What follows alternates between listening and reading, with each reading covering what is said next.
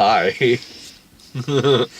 Oh, look, guys, I'm really sorry. I promised you a movie tonight. I didn't know it'd be this You bad. said this was going to be awesome. Well, since I clearly am an expert on whatever the fuck this is based on. Well, you promised a movie, and I don't think we really got that. I'm not entirely sure it was a movie. Now, what we got looked to be an unsold pilot. Yeah. It looked like a pilot, but the weird thing is, it explains so much when you looked up who the director was, that they directed Sorority Row, because this looked like a horror movie, the way it was filmed.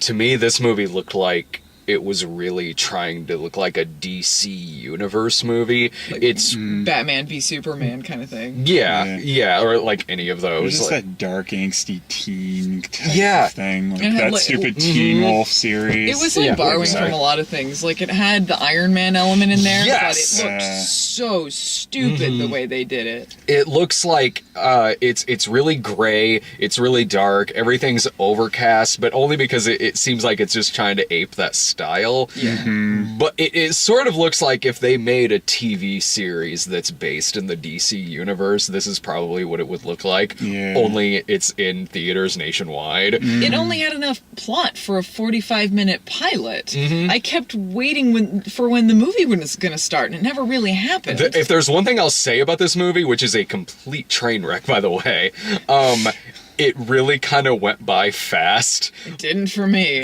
Good Lord, it didn't. It kind of did for me in You're the on sense phone that a lot of the time. because I was looking up like who directed this, like who's He was voicing watching a different movie. Yeah, I was looking up like who wrote this, who directed this. When the villain dies at the end of this film, I was like, oh, okay, so we're just wrapping up now.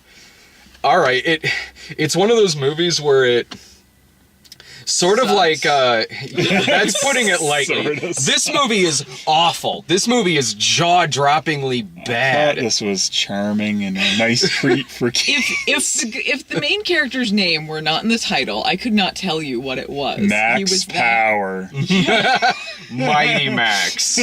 Mighty Max is what this movie is about. Oh yeah, it does ape the style of Iron Man as well, because when they're in their little super outfits, it does the like Iron Man face shot Yeah. where it's like Hardcore inside the Iron Man. yeah, It's like Iron Man inside meets the helmet. Guyver meets young adult bullshit. Except I didn't want to see this fucker's face up close. No. It was so cardboardy. Yeah, this feels like it's like that recent Fantastic Four, only so much worse. Like, I almost sort of want to apologize to that movie in a way.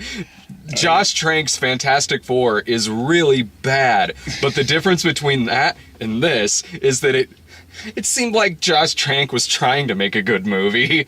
It just didn't turn out that way. This is cynical crap. That fucking steel robot portal looking thing with the try-hard voice that sounded like it was a game developer at E3 who was trying to sound cool to kids. Wheatley, you are not. You're really close with that, because that guy, that's another reason why I pulled out my phone, because I was trying to figure out who that was. He was one of the interns in the movie, the Internship, with Owen Wilson and Vince Vaughn, where they're interning at Google. He was one of those guys. He's also like the nerdy guy who was in, I think it was like commercials for Movie Phone, where they have the projectionist like tied up in the background or some shit. So it was him, and I don't know if on the show the voice of the alien robot sounds like this. But this voice that they have in this film for the goddamn robot is probably the worst robot voice I've ever heard in a movie. It doesn't even like compared to Heartbeeps. Yeah, because I liked Heartbeeps. It was just That didn't- talking for the sake of talking, like a lot of points. Like, so I'm in the kitchen now. At one point near the at the end of the movie, when he's talking to his mom, they cut away to him talking to a lamp, which was clearly God. just a scene cut from earlier in the movie. Yeah. Because I don't know, I guess they just needed something to go between there. So here's this dramatic scene, so I'm using that in the loosest sense, of of Max and his mom, Maria Bello, one of a couple people where it's like, what the fuck are they doing in this movie? So Maria Bello's the mom, she's talking to Max, and they're talking about like his dead dad and all this, and then it cuts to the goddamn robot who's looking at a lamp and says, hey baby, you come here often? Meanwhile, back to drama. Like, look man, Tequila can get away with that shit. This robot can't. The robot's voice sounds like it's a temp track that they accidentally left in the fucking movie. It's exactly what it sounds like. Though it was hard to try and determine, like, what was worse, the movie before Steele showed up or after? Because it's kind of like, it's just this angsty teen drama crap, and that was so flat. Like, I don't know. It was bad when he showed up, but I mean, it was bad before he showed up too. It got worse when he showed up because it felt like there was somebody sitting in front of us, like sort of riffing the movie, but having zero timing and nothing to say. Like, hey Max, why don't you put on that suit there, buddy? Yeah, okay, I'm gonna follow you. Hey, don't listen to your math teacher. She doesn't know what she's talking about. There are so many stupid, like Sam Witwicky type moments in this, where he's got the robot in his backpack, and of course the robot's making a bunch of noise and being a doofus for no reason other than just stupid slapstick to be happening while he's at school. Like, there's no reason the robot would be trying to blow his cover like this other than to just be a fucking dork. It seems like nothing in the movie ever really started, and it's predictable and confusing at the same time, the plot, because you knew immediately who was going to be the villain, because it was the only character who was prominent who wasn't like a main character. It was like, okay, so it's the one guy who works at this facility. It would have been better if it was his mom. You know what? There was a moment where I thought like the movie was going to pull one over on us and be like, oh yeah, the villain's Andy Garcia. As soon as he shows up, I used to work for your dad. Like, okay. Like, I've seen every Spider-Man movie. I know where this is going. It seemed like a bad Spider-Man pilot at times. Yeah, oh, totally. Yeah. Like, before the robot pops up, it's still bad because before the opening credits, he already kind of has some of his powers, so it sort of feels like if they did a Spider-Man origin movie that never showed him getting bit, but he's still, like, practicing flipping and, like, shooting webs and shit. This was almost the entirety of the beginning of the movie, him going on screen. Stare at hand. Huh? I still, having sat through this movie, like, at least if a Spider-Man movie was that poorly paced, I at least would still know what Spider-Man's powers were. Like, okay, he can shoot webs and shit. In this, I really can't tell you what this guy does, other than he's got, like, fucking, like, jellyfish coming out of his fingers. He shoots out it looked water. like he was jizzing out his fingers. And I couldn't tell you much of the plot outside of aliens and robots, but it just was like in one ear, out the other. It was predictable and confusing. Because it was like, I couldn't really tell you. Max was a disgusting half-breed. And they didn't reveal that till later, the alien thing. And unless you're like familiar with this video game series or action figure series or whatever, unless you're familiar with this, you're not gonna know. Well, here's the gritty thing, like, Mattel logo. they have it's like, really, we're gritty Mattel right now. Oh, I can't wait for the Barbie movie that's like Vice Squad. Like. This is the kind of movie where it's like in the Malibu Dream House. Yeah.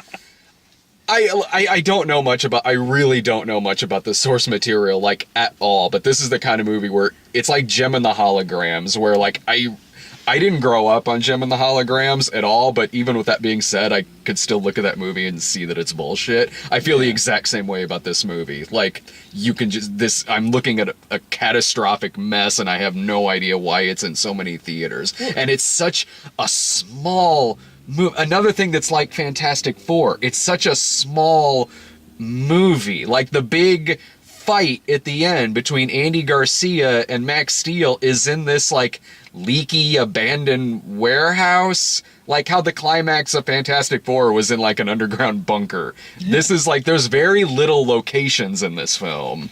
It is weird, too. Like, you know, there's that the robots make tornado monsters sometimes, and like that just there's a woman running away from. You see like one person, and then it like blows up a barn, like, and then no one seems to notice that this happened. Like no one's talking about it because there's only like 5 people in this film. Like it is like Gem and the Holograms, where it seems like it's taking place after the rapture, so there's not many people around. This is one of those movies where it looks like it's filmed like in Louisiana, where a lot of really low budget movies film because it's cheap to film there. And because of that, there's not that many people in this film. It's like there's more swamps in this movie than there are actual people. So I don't know what the threat of this movie is. I don't know if the villain's trying to take over the world, or I don't think, because he never goes outside the warehouse.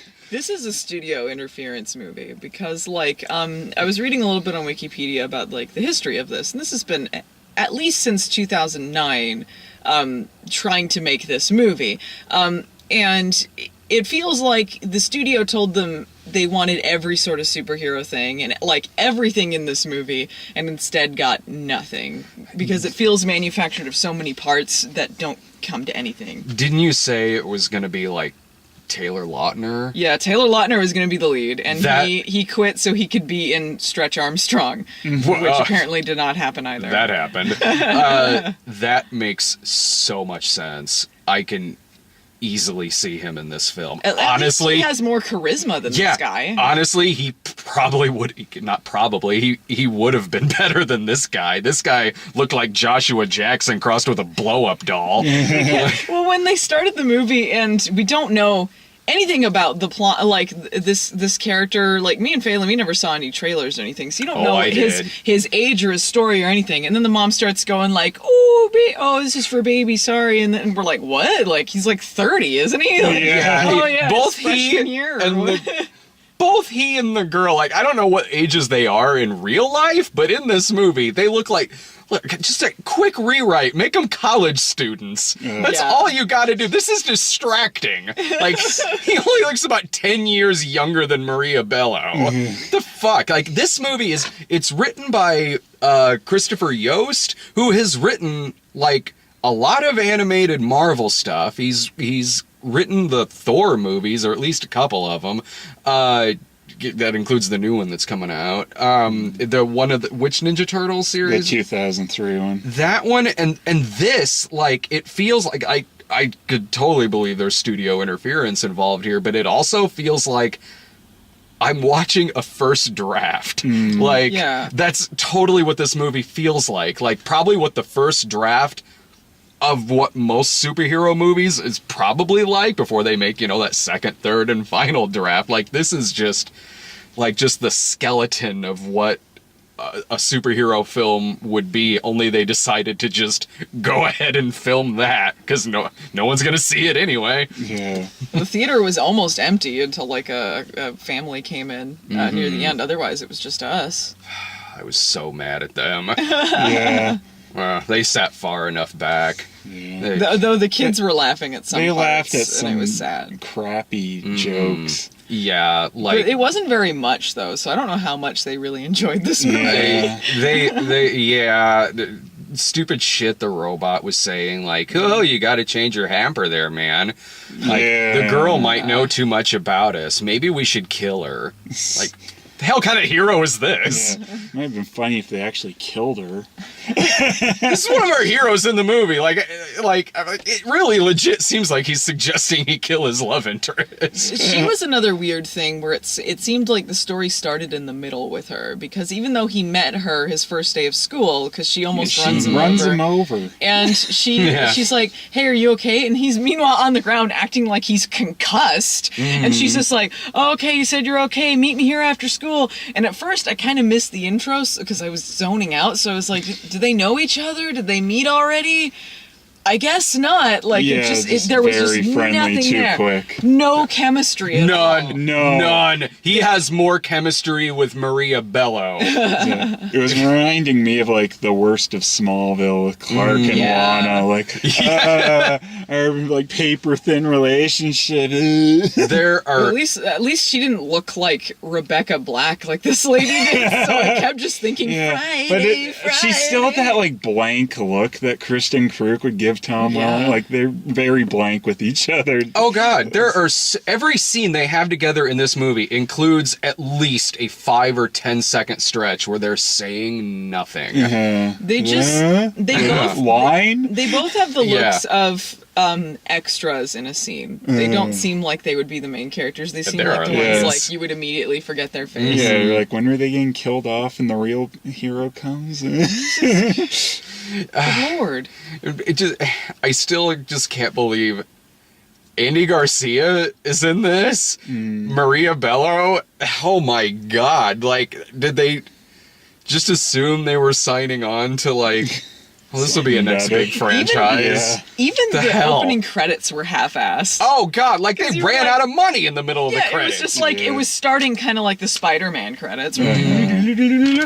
Well, I guess the movie's starting. Yeah. Like, what? It was Okay. just like, because I know that like they don't really do a lot of long credit sequences anymore, but this one started out like it was going to be that, like you just said, like a Spider-Man opening credit sequence. Yeah. But it just cuts to the movie after the title. Like they were going too far over budget with their opening credits. And the scene before the opening credits is him like testing out his powers. It is like if in Spider-Man, he like used the web to grab the can, and then it cut to the opening credits. Oh yeah, Yeah, well, there was no real intro there. He was just like, huh? Credits? You're like, what? Oh, Okay, so like, what did we just see? your guess is as good as mine, movie. Oh, I love the part where he's researching this shit, and he for no reason takes his shirt off in the scene. Like a subtle movie. He starts Googling, my hands dispense liquid energy. Yeah. As if that Yeah. would come up with anything. What am I? What am I? Question Question mark, marks. question mark, question mark. And just again, for no reason, he just this part had to have been written when Taylor Lautner was still involved in the movie, because he, like I said, just takes his shirt off in the middle of the scene for no reason.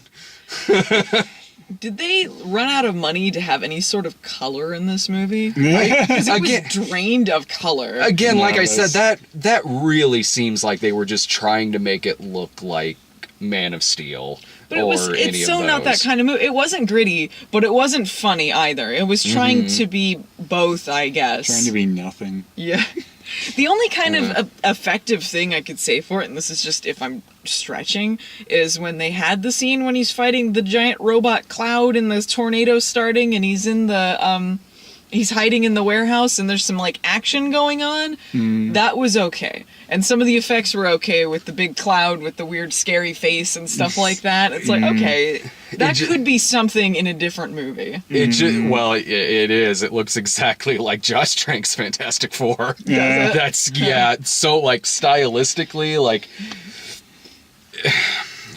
stylistically, and for a lot of reasons, it looks like a DC Universe movie, but a lot like Fantastic Four as well, because it's like it's shot dark, but there's kind of goofy stuff happening, like the end with all that cloud. And like I've seen a lot worse special effects in movies. The special effects weren't bad. It just was serving nothing. Yeah, like they were. Except for the face stuff when the Iron Man shots. Those look terrible. Yeah, those were annoying and really poorly cut into the movie. Like those are just straight out trying to ape the fight scenes from Iron Man.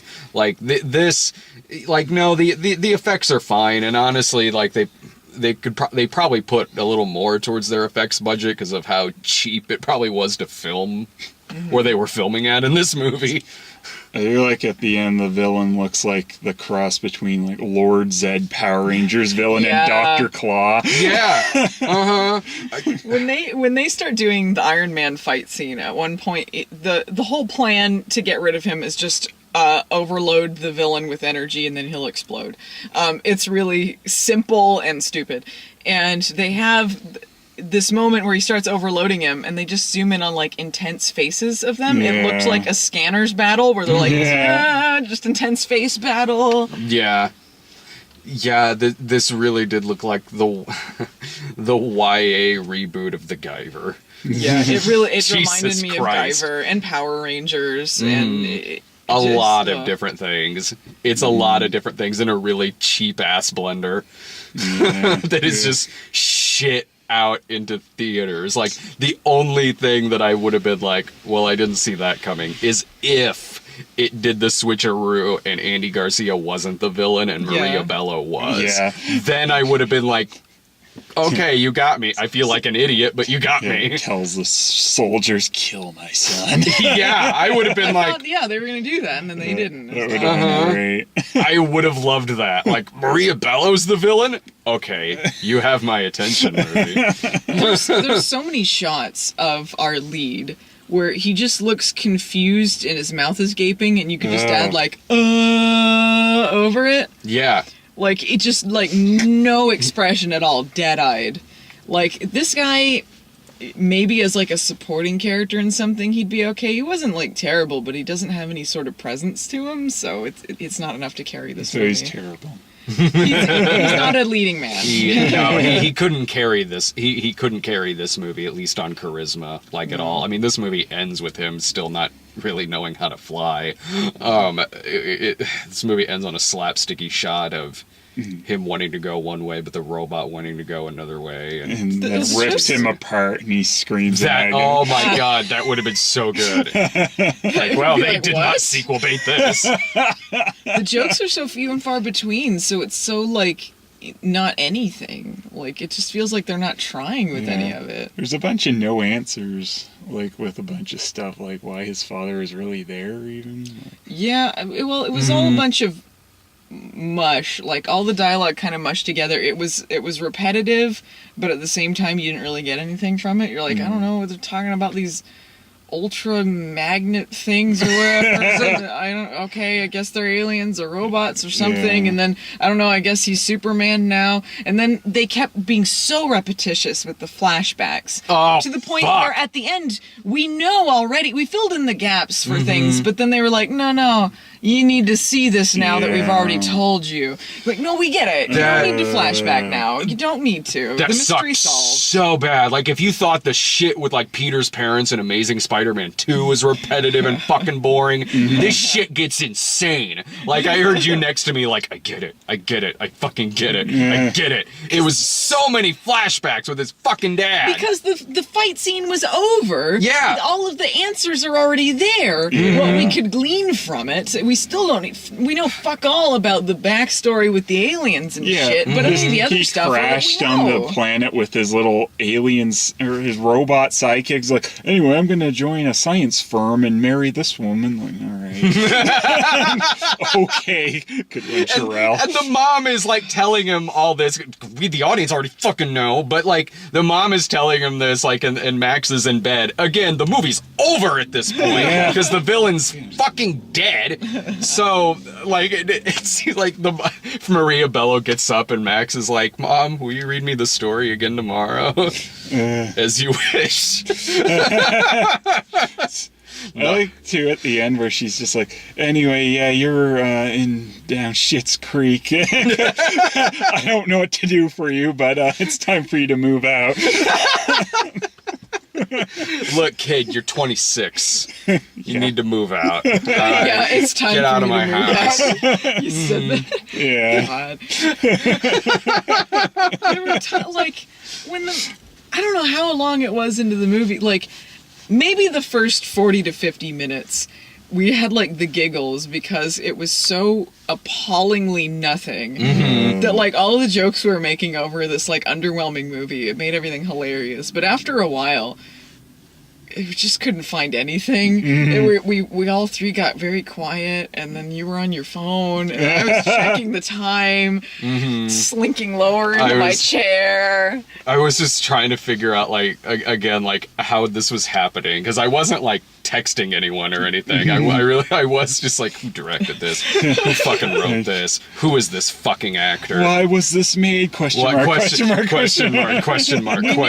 We knew, like, within the first 5 minutes, that sequel ain't happening. Yeah. This franchise is not... The Mattel franchise is dead. Oh, the part in the movie where, like, the kid says, the girl's like, what happened? And the kid's like, it's a long story. And I'm just sitting there just out loud. I'm just like, it really isn't. It really isn't in this fucking 80-minute movie. No. God damn. Like, how long was this? It could not have been more than 90 minutes. It was 90 minutes, I'm fairly certain. Fuck.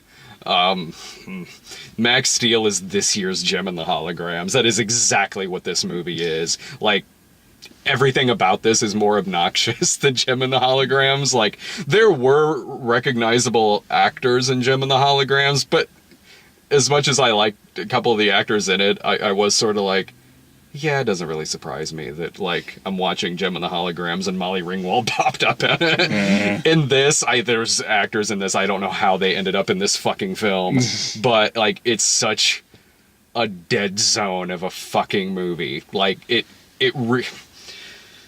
like, it's easy to sit and, like, describe everything that's wrong with it, but to actually experience how bad it is, you almost have to see it. You almost have to see it just to really know how shitty this movie is to sit through. The bland leading the bland with an obnoxious robot thrown in. Yeah. Oh, yeah. That's another. The robot in the robot in Gem and the Holograms. I just remember being like, yeah, okay, it's a robot there, fine. The one in this, you gotta fuck up bad to make a shitty ass robot in a movie, because a robot can be easily likable just in the sense that they're a fucking robot. Like, so, all right, this movie may be bad, but hey, the robot's cute, whatever. The guy in this doing the fucking robot, holy shit, I've never seen someone fuck up a voice of a robot so bad since, like, fucking Star Odyssey with the duck robots wanting to fucking kill themselves and shit. Yeah. This is like someone played Portal and didn't get it. Yeah. That's exactly it. The Mattel Cinematic Universe is not going to happen. I hope it does. I hope this does cross over into Barbie's Starlight Adventure. Would there be any way you'd recommend sitting through this? No. I don't see anything in it that was worth it. It was just nothing. It was a nothing movie. It's not even like a movie that you can necessarily, like, hate watch. There's some things, like, you can watch, you're like, oh, this is so bad, like, and get some sort of reaction, but, like, it's just a black hole. I imagine, like, we're sitting around and, like, Brian was there. This would be a pretty fun movie to watch in that. Maybe I'm just saying that because I saw Gem and the Holograms with him and we got some fun out of that because we were the only ones in the theater on a Saturday night opening weekend. If you're a hardcore fan of the show, you could probably hate watch this. Like Last Airbender style. I have no idea how close this is to the show or the video games or anything related to Max Steel, but I kind of think not. I kind of think it does not relate very closely. I think you could probably pick it up at a video store or something. Wait, no, fuck that. Like Netflix or some shit to, like, maybe watch on a bad movie night or something like that. Just if you're really curious, in the same way you would have been curious to see Josh Trank's Fantastic Four, except this is way worse. Or in the same way maybe you'd be curious to see how bad Gem and the Holograms is. But Gem and the Holograms was a funnier sit than this. It could have been because, like, at least with Gem and the Holograms, Brian and I had an empty theater. Almost had an empty theater. Stupid family. Fucking kids. Fucking kids, man. That little shit. There's a 16-screen theater. I'm sure there's something else he could have seen. Yeah. Watch something good, why not? We'll take the crap you go there. What are you doing? Do you not even watch our shows? We want to yell at this. Go away. Go away. We want to judge this movie. We're doing our jobs and you're interrupting us. We don't interrupt you at work. God. Any, is there anything else? Any final thoughts about this? Fuck, I guess. This movie's a whole lot of fuck. This movie is dog shit.